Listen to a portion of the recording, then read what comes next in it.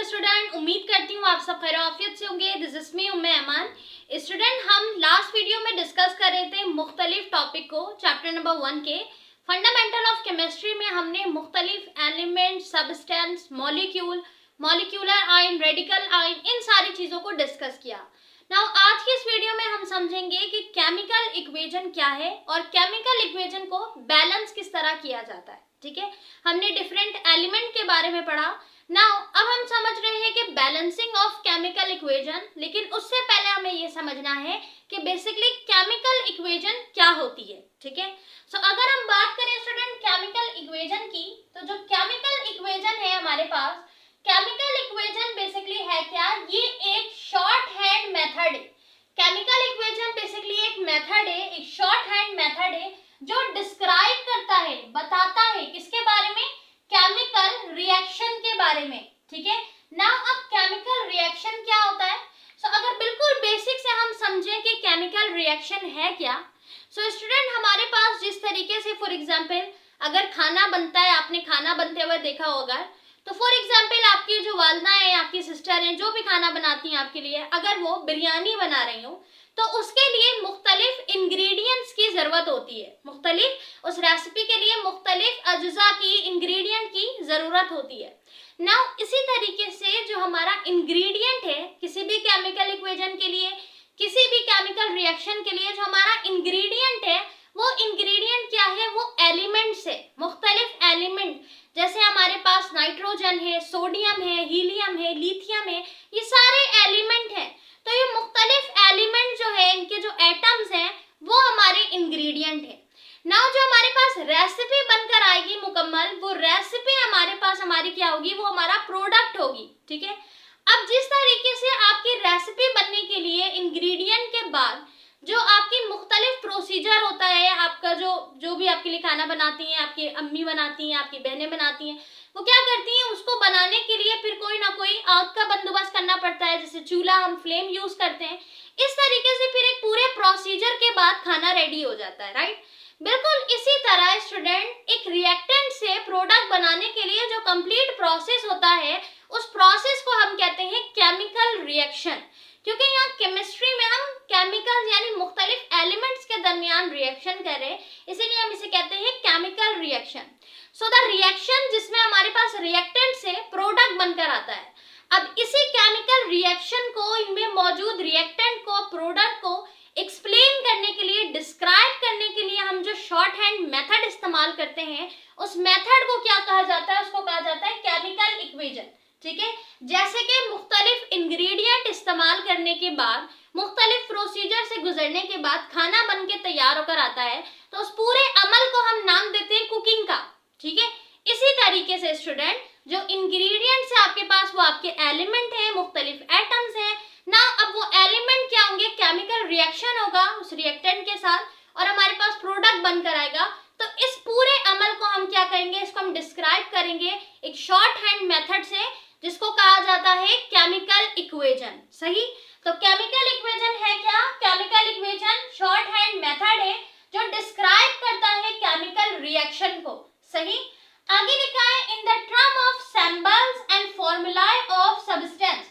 किस टर्म में, किस सूरत में, सैंपल की सूरत में, फॉर्मूला की सूरत में, जो भी सब्सटेंस हो उसका। ठीक है, जैसे अब हमारे पास हमने डिस्कस किया था जो हमारा इंग्रेडिएंट था, यानी जो हमारे एलिमेंट थे। अब अगर हम बात करें हाइड्रोजन की, हीलियम की, तो हाइड्रोजन का अपना एक सिंबल है, ठीक है, H।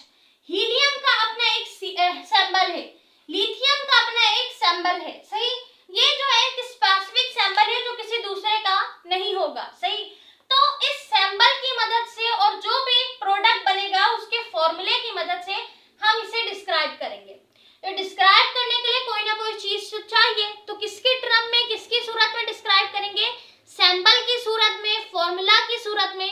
किसका सैंपल, किसका फॉर्मूला, उस एलिमेंट का सैंपल और उस एलिमेंट का फॉर्मूला जो रिएक्टेंट से प्रोडक्ट बनाने के लिए इस्तेमाल हो रहा है, जो केमिकल रिएक्शन में इस्तेमाल हो रहा है। ठीक है, अब इसको डेली लाइफ से अगर एग्जाम्पल से समझे, तो जो हमारे पास रेसिपी बनकर आई थी, उसे बनाने के लिए प्रोसीजर तो लगा, यानी कि चूल्हे का इस्तेमाल हुआ, आग थी, फ्लेम था। ठीक है, उसके अलावा बनाने के लिए कुछ बर्तन भी चाहिए थे, पॉट भी चाहिए था, तो वो सारे हमारे पास वो एलिमेंट्स को हम कंसीडर कर सकते हैं कि वो उसका सैंपल है और उसके फॉर्मूला है। ठीक है, इसकी मदद से हम क्या करेंगे, जाहिर करेंगे। अपनी रेसिपी को डिश आउट भी तो करना है हमें, तो हम क्या करेंगे यहाँ पर कंसीडर करेंगे, ये हम एक डेली लाइफ एग्जाम्पल कंसीडर कर लेते हैं कि हमने समझ लिया भाई रिएक्शन क्या है, केमिकल रिएक्शन क्या है। केमिकल रिएक्शन के लिए दो चीजें चाहिए, एक रिएक्टेंट और एक प्रोडक्ट। तो रिएक्टेंट को जाहिर किससे करेंगे या प्रोडक्ट को जाहिर किससे करेंगे, एलिमेंट या सब्सटेंस के सैंपल से और उसके फॉर्मूला से। सही, तो इतनी चीज आपको क्लियर हो गई कि केमिकल इक्वेशन बेसिकली है क्या। ठीक है, अब केमिकल इक्वेशन को बताने के लिए, केमिकल इक्वेशन के लिए हमारे पास कुछ चीजें होती हैं, कुछ सैंपल्स और फॉर्मूला अगर हम जिन्हें कह रहे हैं, उनको अगर हम समझे तो यहाँ पर स्टूडेंट आपके पास सबसे पहला एक हमारे पास रिएक्टेंट होगा, एक हमारे पास प्रोडक्ट होगा। एक हमारे पास रिएक्टेंट होगा, फिर वो रिएक्शन होगा, रिएक्टेंट से केमिकल रिएक्शन होगा, प्रोसेस होगा, तो फिर प्रोडक्ट बनकर आएगा। आर का मतलब रिएक्टेंट और पी का मतलब प्रोडक्ट। सही, अब स्टूडेंट हमारे पास जो एलिमेंट है, इन एलिमेंट को सेपरेट करने के लिए यहाँ पर प्लस का साइन है। ठीक है, एडिशन का साइन लगा हुआ है। तो ये एडिशन का साइन क्यों है, क्योंकि ये एडिशन का साइन ये वाजे कर रहा है, ये जाहिर कर रहा है कि यहाँ पर एक से ज्यादा एलिमेंट है। तो ये एक से ज्यादा एलिमेंट आपस में मिलेंगे, रिएक्शन होगा, फिर एक प्रोडक्ट आएगा। तो एक चीज आपने हमेशा याद रखनी है कि रिएक्टेंट जो है ना, उसमें कोई एक एलिमेंट भी हो सकता है, एक से ज्यादा एलिमेंट भी हो सकते हैं, और जो प्रोडक्ट बनकर आएगा वो जरूरी नहीं है कि सिर्फ एक प्रोडक्ट आएगा, एक से ज्यादा प्रोडक्ट भी आ सकते हैं। नाउ हम रिएक्टेंट को सेपरेट करने के लिए हम प्लस साइन का इस्तेमाल करेंगे, और प्रोडक्ट अगर एक से ज्यादा होंगे तो उनको सेपरेट करने के लिए प्लस का साइन इस्तेमाल करेंगे। ठीक है, तो ये आपके पास एक केमिकल इक्वेशन है। नाउ इस इक्वेशन में जो सारी चीजें हैं हम उसको समझ रहे हैं कि इसमें क्या क्या है। तो सबसे पहले हमारे पास इस साइड ये जो एरो होगा ना, हमारे पास ये एरो सेपरेट करेगा रिएक्टेंट को, प्रोडक्ट को। सो एरो से पहले जितनी चीजें हैं वो हमारे पास क्या है, रिएक्टेंट है। एरो के बाद जो हमें मिलेगा वो प्रोडक्ट मिलेगा। ठीक है, प्लस साइन क्या शो करेगा, इनके दरमियान डिफरेंस, कि ये एक दूसरा एलिमेंट है, ये एक दूसरा एलिमेंट है। ठीक है, इस तरह अगर एक से ज्यादा प्रोडक्ट होंगे तो दरमियान में प्लस का साइन आएगा। सही, नाउ अब यहाँ पर एक 2 लिखा हुआ है। सही, तो ये क्या है, नाउ स्टूडेंट हमारे पास किसी भी एलिमेंट से पहले जो नंबर होगा वो हमारे पास कहलाएगा कोफिशिएंट। जैसे आपने मैथमेटिक्स में अलजेब्रा में सुना होगा कि जितने भी वेरिएबल होते हैं उनसे पहले जो न्यूमेरिक आता है, जो नंबर आता है, वो उस वेरिएबल का क्या होता है, कोफिशिएंट होता है। बिल्कुल इसी तरह यहाँ पर जो सैंपल से पहले, एलिमेंट से पहले नंबर जो है, ये इसका कोफिशिएंट है, इस एलिमेंट का कोफिशिएंट है। सही, अब ये नंबर जरूरी नहीं है 2 होगा, कुछ भी हो सकता है, 5 भी हो सकता है, 4 भी हो सकता है, 6 भी हो सकता है। ठीक है, और अगर कुछ भी नहीं हुआ तो मतलब 1 है। फॉर एग्जाम्पल आपके पास एक इक्वेशन लिखी हुई है यहाँ पे H2O, ठीक है, प्लस Cl। अब यहाँ पर कुछ नहीं लिखा हुआ, तो इसका मतलब कि यहाँ पर इसका कोफिशिएंट क्या है, H का, हाइड्रोजन का कोफिशिएंट है 1। अब यहाँ 2 लिखा हुआ है, मतलब हाइड्रोजन का कोफिशिएंट है 2। ठीक है, तो ये हमारे पास क्या हो गया, ये हमारे पास हो गया कोफिशिएंट। सही, ये प्लस साइन जो है सेपरेट करने के लिए है। नाउ ये जो एरो लगा हुआ है स्टूडेंट हमारे पास प्रोडक्ट और रिएक्टेंट के दरमियान में, ये एरो बेसिकली क्या जाहिर कर रहा है, ये एरो जाहिर कर रहा है इन दोनों के रिएक्शन को, केमिकल रिएक्शन को। अब ये एरो आपको समटाइम इस तरह देखने को मिलेगा, समटाइम किसी इक्वेशन में इस तरह देखने को मिलेगा। ठीक है, समटाइम आपको इस तरह देखने को मिलेगा। सही, डबल एरो मिलेगा समटाइम देखने को, समटाइम सिंगल एरो मिलेगा। सही, ये डिपेंड करता है केमिकल रिएक्शन के ऊपर कि केमिकल रिएक्शन कौन सा हो रहा है। सही, हमारे पास केमिकल रिएक्शन की टाइप होती है, वो आप इन डिटेल इंशाल्लाह फर्दर चैप्टर में, फर्दर क्लासेस में डिस्कस करोगे। लेकिन अगर हम थोड़ा बहुत भी इसके बारे में समझें तो हमारे पास ये जो केमिकल रिएक्शन की टाइप होती है, एक टाइप होती है रिवर्सिबल रिएक्शन, एक होती है इरिवर्सिबल रिएक्शन। तो रिवर्स का मतलब होता है बैक आना, पीछे आना, रिवर्स। तो रिवर्सिबल मतलब वो रिएक्शन जो बैक आ सकता है, यानी रिएक्टेंट से प्रोडक्ट बनना, दोबारा प्रोडक्ट से वापस रिएक्टेंट में आ जाना, ये हमारे पास कहलाता है रिवर्सिबल रिएक्शन, जिसके लिए हम ये वाले एरो का इस्तेमाल करते हैं। सही, यानी कि एक प्रोडक्ट इस तरह रिएक्टेंट से प्रोडक्ट बना, ठीक है, ये रिएक्टेंट से प्रोडक्ट बना ना, अब ये प्रोडक्ट से दोबारा रिएक्टेंट बन सकता है। तो इस एरो को रिएक्शन, ठीक है। और ये वाला जो सिंगल एरो होगा मतलब रिएक्टेंट से प्रोडक्ट बन गया और कहानी स्टॉप, केमिकल रिएक्शन खत्म हो गया, तो इसको कहेंगे हम इरिवर्सिबल, यानी कि ये रिवर्स नहीं हो सकता, इरिवर्सिबल रिएक्शन है। तो ये एरो आपको समझाना था मकसद कि ये एरो यहाँ पर प्रोडक्ट और जो हमारे पास रिएक्टेंट है उनके दरमियान केमिकल रिएक्शन को जाहिर कर रहा है। ना इसके अलावा एक और चीज हमारे पास है, वो ये स्मॉल जी और ये हमारे पास एल एस, ये क्या होता है, ठीक है, इक्वेशन में लिखा हुआ। तो बेसिकली हमारे पास जो कैपिटल अल्फाबेट लिखे हुए हैं वो तो एलिमेंट के सिंबल हैं, उसके ही नीचे हमारे पास कुछ छोटे स्मॉल अल्फाबेट लिखे होते हैं। वो क्यों लिखे होते हैं, तो वो बेसिकली हमारे पास एलिमेंट के स्टेट को जाहिर करते हैं। अगर यहाँ पे ऑक्सीजन के नीचे एल लिखा हुआ है, इसका मतलब ये ऑक्सीजन लिक्विड स्टेट में मौजूद है। हमने एलिमेंट की स्टेट को डिस्कस किया था, सॉलिड होता है, लिक्विड होता है, गैस होता है, ठीक है। तो एल लिखा हुआ है मतलब ये ऑक्सीजन लिक्विड की स्टेट में है। यहाँ पे ऑक्सीजन के आगे जी लिखा हुआ है, स्मॉल जी, इसका मतलब ये वाला हमारे पास ऑक्सीजन गैस की स्टेट में। यहाँ पर हाइड्रोजन के नीचे जी लिखा है मतलब ये हाइड्रोजन गैस की स्टेट में, ठीक है। तो ये हमारे पास जो स्मॉल अल्फाबेट लिखे होते हैं स्टूडेंट, इसका मतलब है कि ये एलिमेंट हमारे पास स्टेट जो है ना उसकी जाहिर कर रहा है। अगर जी लिखा है तो गैस की स्टेट में, एल लिखा है तो लिक्विड की स्टेट में। अगर इस तरीके से किसी एलिमेंट के नीचे, ये हमारे पास एलिमेंट है सोडियम का, ठीक है, सोडियम का एलिमेंट है ना, इसके नीचे छोटा सा एस लिखा है तो मतलब ये सॉलिड की स्टेट में मौजूद है, सही। अब हम बात करते हैं स्टूडेंट, इसके अलावा आपने समटाइम इस तरह ए और क्यू लिखा हुआ भी देखा होगा। इसका क्या मतलब है, ए क्यू का मतलब होता है एक्वस, एक्वस यानी एक्वस सॉल्यूशन, यानी ये जो एलिमेंट है ये सॉल्यूशन की फॉर्म में मौजूद है, सही। अब ये सॉल्यूशन हम इसे एल से जाहिर नहीं कर सकते क्योंकि एल स्टैंड करता है लिक्विड को, एस नहीं लिख सकते, एस मतलब सॉलिड, तो इसलिए उन्होंने सॉल्यूशन को जाहिर करने के लिए जो हमारे नोट करने का जो जरिया बनाया है वो है ए क्यू, यानी कि एक्वस सॉल्यूशन। तो जब किसी भी एलिमेंट के आगे ए क्यू लिखा हो ब्रैकेट में, उसका मतलब है कि ये एक्वस सॉल्यूशन है। तो ये बहुत ही बेसिक चीजें थी जो मैंने आपको एक्सप्लेन करने की कोशिश की है। आई होप आपको समझ आया हो, ठीक है, कि हमारे पास केमिकल इक्वेशन होता क्या है और केमिकल इक्वेशन में हमें क्या क्या चीजें देखने को मिलती है, इसका क्या मतलब है। तो ये हमारे पास नंबर जो होता है वो कोफिशिएंट होता है, जिस भी सिंबल के आगे है, जिस भी एलिमेंट के आगे है मतलब उसका कोफिशिएंट है। ये जो स्मॉल अल्फाबेट होते हैं ये स्टेट को जाहिर करते हैं, कैपिटल अल्फाबेट जो हमारे पास है सिंबल है वो एलिमेंट है, ठीक है। प्लस साइन जो है वो क्या करता है, सेपरेट करता है, रिएक्टेंट के पास है तो रिएक्टेंट को सेपरेट कर रहा है, प्रोडक्ट के पास है प्रोडक्ट को कर रहा है। इसके अलावा ये जो हमारे पास एरो है ये केमिकल रिएक्शन को जाहिर करता है। डबल एरो का मतलब होता है कि ये हमारे पास रिवर्सिबल रिएक्शन है, सिंगल एरो है तो इरिवर्सिबल रिएक्शन है, ठीक है। तो ये हमारे पास कुछ बेसिक चीजें थी। तो केमिकल इक्वेशन तो हमने समझ ली। नाउ अब सबसे इंपॉर्टेंट टॉपिक जो हमारा है वो से समझते हैं कि केमिकल इक्वेशन को, यानी जो हमारे पास रिएक्शन इक्वेशन है उसको बैलेंस किस तरह किया जाता है, ठीक है। तो balancing of chemical reaction, chemical equation को समझते हैं। Now student, balancing of chemical equation, सबसे पहली चीज वो ये कि केमिकल रिएक्शन को, इक्वेशन को बैलेंस क्यों किया जाता है, इसकी इंपॉर्टेंट क्या है, बैलेंस करना क्यों जरूरी है। बैलेंस का मतलब तो आपको समझ आता है ना, बैलेंस का मतलब होता है कि हमारे पास रिएक्शन में, अभी हमने ये क्या समझा, ये रिएक्शन है। अभी अगर हम कोई रिएक्शन लिखें, जैसे हमारे पास ये सोडियम और Cl क्लोरीन है, ठीक है, और ये इस तरह आगे हमारे पास सोडियम और प्लस क्लोरीन है, ठीक है, रिएक्टेंट प्रोडक्ट है। तो ये जो हमारे पास है, अब यहाँ पर हम चेक करेंगे कि ये बैलेंस है या नहीं।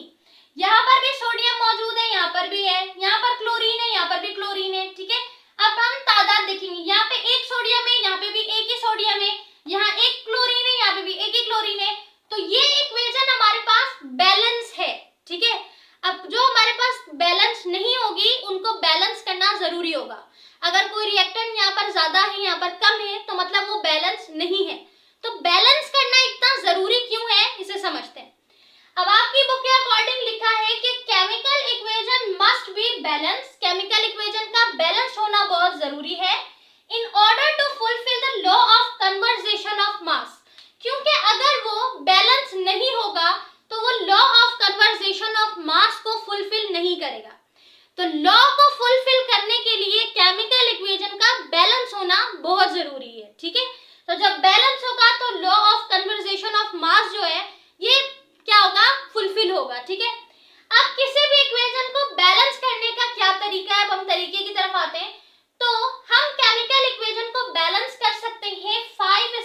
मदद से we can balance the equation by following 5 step. Following 5 step है, इनकी मदद से, इन स्टेप के जरिए आप क्या कर सकते हैं, अपनी इक्वेशन को बैलेंस कर सकते हैं. नाउ स्टूडेंट, अब हमारे पास स्टेप नंबर 1 क्या है, लिखा है write correct formula of R and P. R and P का मतलब है रिएक्टेंट एंड प्रोडक्ट. आप एग्जाम में पूरा लिखिएगा, जगह कम होने की वजह से मैंने सिर्फ आर और पी लिखा है. तो लिखा है कि write correct formula of R and P, यानी रिएक्टेंट एंड प्रोडक्ट. तो रिएक्टेंट और प्रोडक्ट का फॉर्मूला आपने करेक्ट लिखना है. ठीक है, फॉर एग्जांपल आपको सवाल में दिया जाएगा सेक्शन बी में, ये क्वेश्चन आता है केमिकल रिएक्शन को बैलेंस करने का. लास्ट टाइम भी आया था.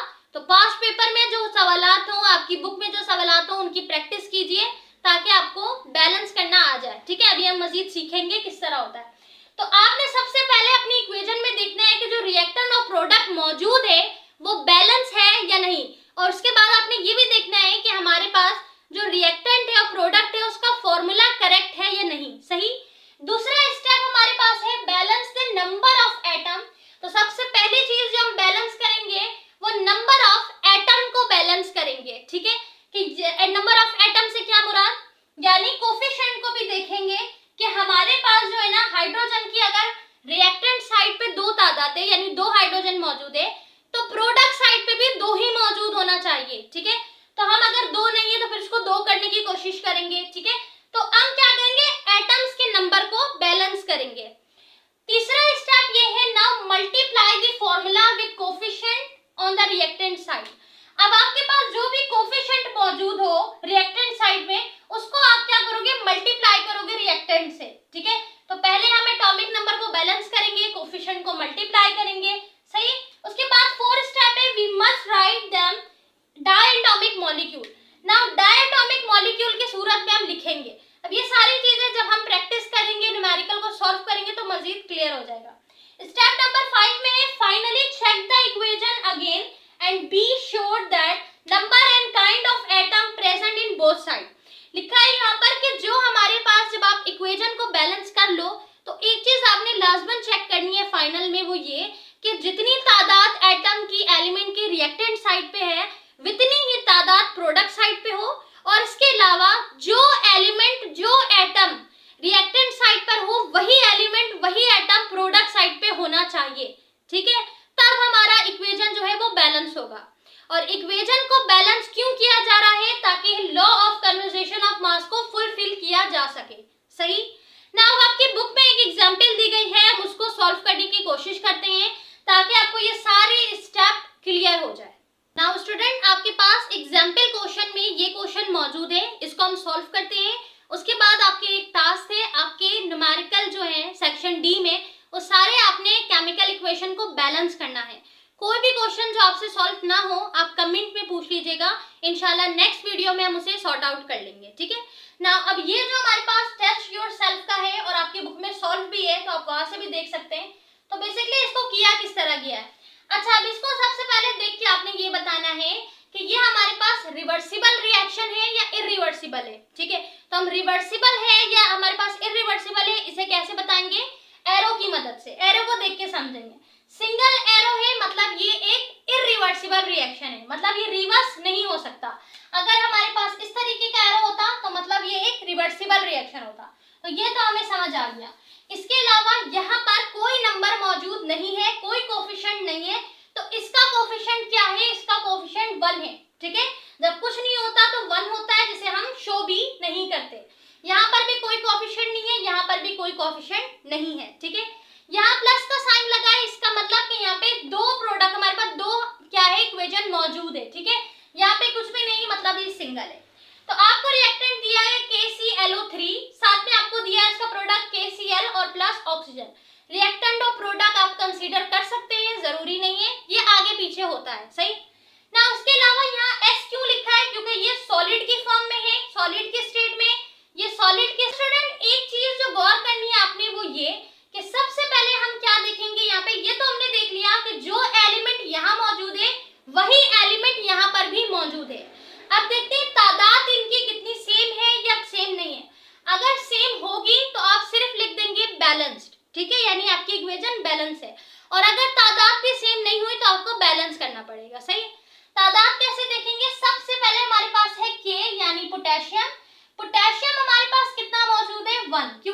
कुछ नहीं है तो मतलब 1, एक पोटेशियम मौजूद है। यहाँ पर हमारे पास K कितना मौजूद है, 1 मौजूद है।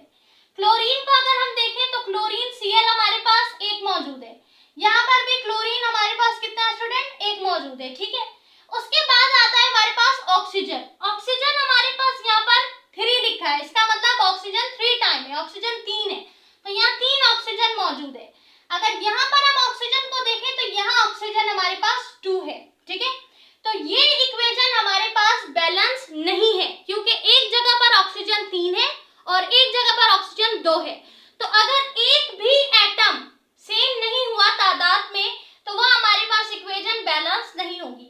तो अब हम इसको बैलेंस कैसे करेंगे, जब सेम तादाद होगी ऑक्सीजन की दोनों साइड पे तो इक्वेशन बैलेंस हो जाएगी ना। अब इसको बैलेंस करने के लिए चूंकि मैं इस ऑक्सीजन की तादाद को कम नहीं कर सकती, लेकिन जो कम है उसको बढ़ाया जा सकता है, सही। तो अब मैं क्या करूंगी, इस 2 को बढ़ाऊंगी और इसके बराबर करूंगी, सही ना। अब मैं यहाँ पर देखूंगी कि हमारे पास ऑक्सीजन से पहले प्लस है, यानी ऑक्सीजन बिल्कुल अलग एक आपके पास रिएक्टेंट या प्रोडक्ट मौजूद है। तो हम क्या करेंगे, यहाँ पर जो कि 3 है तो इसलिए हम यहाँ पे 3 ऐड कर देंगे, सही। अब ये 3 इस ऑक्सीजन का कोफिशिएंट बन गया है, और हमने डिस्कस किया था स्टेप में कि कोफिशिएंट एलिमेंट के साथ मल्टीप्लाई होगा, ठीक है। तो ये ऑक्सीजन 2 दफा मौजूद है और कोफिशिएंट आ गया 3, तो 3 मल्टीप्लाई बाय 2, 3 2 सा हमारे पास क्या हो जाएगा स्टूडेंट, 6, सही। अब हमारे पास पोटेशियम 1 है, यहाँ पे भी 1 है, क्लोरीन भी 1 है, यहाँ पे भी 1 है, ऑक्सीजन यहाँ पर 3 है, लेकिन यहाँ पर ऑक्सीजन 6 हो गया है, सही। अब हम क्या करेंगे, इससे हम बढ़ाएंगे, इसे तो कम नहीं कर सकते, इसे बढ़ाएंगे। तो किस तरह बढ़ाएंगे, हम क्या करेंगे, यहाँ पर कोफिशिएंट ऐड कर देंगे, ठीक है। यहाँ पर इस कोफिशिएंट को देखते हुए हमने यहाँ कोफिशिएंट ऐड कर दिया। अब कोफिशिएंट कैसे ऐड करते हैं, कोफिशिएंट आप क्या करोगे, अपनी इक्वेशन के अकॉर्डिंग ऐड करते जाओगे, सही। अब यहाँ पर हमने 2 ऐड कर दिया, अब क्या होगा, ये 2 चूंकि पोटेशियम के साथ भी है, क्लोरीन के साथ भी है, ऑक्सीजन के साथ भी है, तो ये इन तीनों के साथ मल्टीप्लाई होगा, सही है। यहाँ पे प्लस का साइन था इसलिए 3 सिर्फ ऑक्सीजन के साथ मल्टीप्लाई हुआ, लेकिन यहाँ पर कोई सेपरेशन नहीं है, ये कंप्लीट एक है, तो ये 2 सबके साथ होगा, सही। अब हमने क्या किया, 2 को मल्टीप्लाई किया 1 के साथ, आंसर आया हमारे पास 2, ठीक है। यहाँ पर भी मल्टीप्लाई करेंगे 2 को, आंसर आया 2। अब यहाँ पर मल्टीप्लाई कर देंगे स्टूडेंट 2 को तो आंसर आ जाएगा 6, 2 3 जा 6। अब इक्वेशन देखेंगे तो पोटेशियम हमारे पास 2 है, क्लोरीन 2 है, ऑक्सीजन 6 है, यहाँ पर हमारे पास 1 है, यहाँ पर 1 है, यहाँ पर 6 है ना। अभी भी हमारे पास ये बैलेंस नहीं हुआ, तो अब इन दोनों को 2 करने के लिए मैं यहाँ पर कोफिशिएंट लगाऊंगी 2, ठीक है। तो अब ये क्या होगा, इससे मल्टीप्लाई हो जाएगा, तो हमारे पास कोफिशिएंट को मल्टीप्लाई करेंगे तो सिंपल आ गया आपके पास 2, सही। यहाँ पर क्यों नहीं मल्टीप्लाई किया मैंने, क्योंकि वही प्लस का साइन है, सेपरेशन मौजूद है। तो अब हमारे पास हमारी कंप्लीट इक्वेशन क्या हो गई, बैलेंस हो गई, ठीक है। अब आंसर में आप किस तरह लिखेंगे, आंसर में हमारे पास आएगा 2KClO3, ठीक है। उसके अलावा हमारे पास आएगा 2KClO3, अच्छा यहाँ पर प्लस और फिर 3O और इसके बाद ये 2, सही। ये हमारे पास हमारा फाइनल बैलेंस इक्वेशन है, जबकि सवाल हमारे पास ये मौजूद था, ठीक है। ये हमारे पास क्वेश्चन था, ये हमारे पास केमिकल इक्वेशन थी ना, बैलेंस होने के बाद ये आपका आंसर आया है, ठीक है। तो ये हमारे पास क्या हो गया स्टूडेंट, बैलेंस केमिकल इक्वेशन हो गई, सही है। इस तरह आप बाकी सारी इक्वेशन को बैलेंस करोगे जो आपके एग्जाम में क्वेश्चन दिया जाएगा। सबसे पहले आपने ये देखना है कि जो एलिमेंट यहाँ पर है वही एलिमेंट आपके एरो के बाद होना चाहिए, ठीक है। उसके बाद आप तादाद देखोगी कि अगर यहाँ पर पोटेशियम 1 है, सोडियम 1 है, क्लोरीन 1 है, लिथियम 1 है, कोई भी एलिमेंट है, अगर यहाँ पर 1 है वहां पर भी 1 होना चाहिए, यहाँ 2 है वहां पर भी 2। अगर आपने देखा कि भाई चेंज आ रहा है एक एलिमेंट में भी, तो फिर हम उसको क्या करेंगे, बढ़ाएंगे, सेम करेंगे ना। जैसे ही हमारे पास सेम हो जाएगा तो जो फाइनल इक्वेशन बनेगी वो हमारे पास बैलेंस इक्वेशन कहलाएगी। बैलेंस इक्वेशन की प्रैक्टिस अच्छे से करिएगा, इससे आप अच्छे नंबर सेव कर सकते हैं, क्योंकि शॉर्ट में ये क्वेश्चन लाजमन आता है। 10 ईयर से पास पेपर से आपके पास जो बुक है, बुक में से इसकी प्रैक्टिस करें। कोई भी चीज ना समझ आई हो आप बिल्कुल पूछ सकते हैं। Thank you so much for watching. अपना रखिए बहुत सारा ख्याल। इंशाल्लाह नेक्स्ट वीडियो में फर्दर लेक्चर को डिस्कस करेंगे। टेक केयर, अल्लाह हाफिज।